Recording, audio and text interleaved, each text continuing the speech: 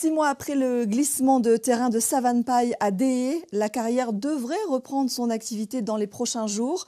Le préfet vient de signer un arrêté en ce sens. Pour autant, les riverains de la carrière, eux, attendent toujours une solution pour rejoindre leur maison en toute sécurité. Voyez le reportage d'Éric Stimfling. 6 mois après l'effondrement de la route communale de Savane-Paille sur les hauteurs de Déé, Patricia et David Kettel doivent désormais emprunter ce petit sentier pour rentrer chez eux, avec, pour tout bagage, juste un sac sur le dos.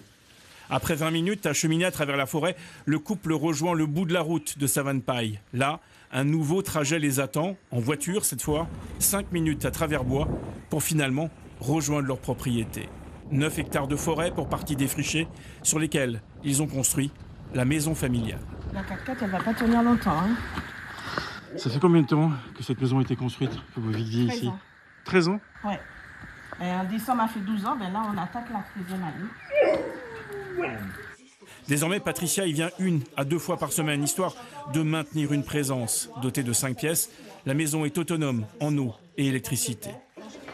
J'ai juste retiré les draps et j'ai fermé les grosses portes. Ça, c'est la salle de bain. J'ai fermé les grosses portes parce que quand David est dans l'exploitation, on a plein de... Voilà. Okay, on a plein de va-et-vient. Avant l'effondrement de la route, David et Patricia pratiquaient l'élevage et l'agroforesterie. Tous deux avaient également des projets. On avait l'intention de faire des gîtes sur une partie de l'exploitation, faire de l'agrotourisme.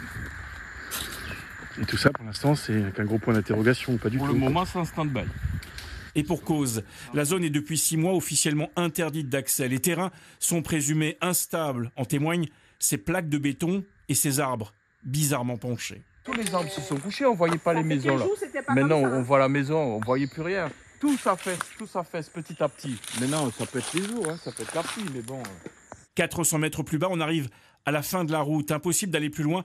Tout s'est effondré le 3 décembre dernier. Sur la droite, ce qui reste de la propriété de Julie Garcia.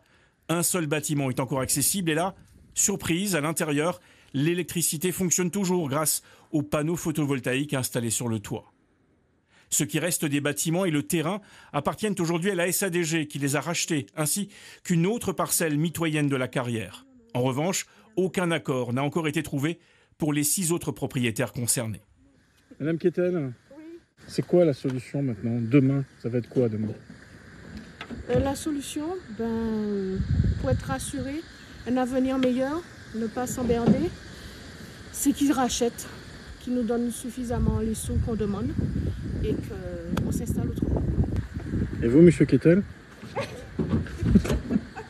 Je sais pas.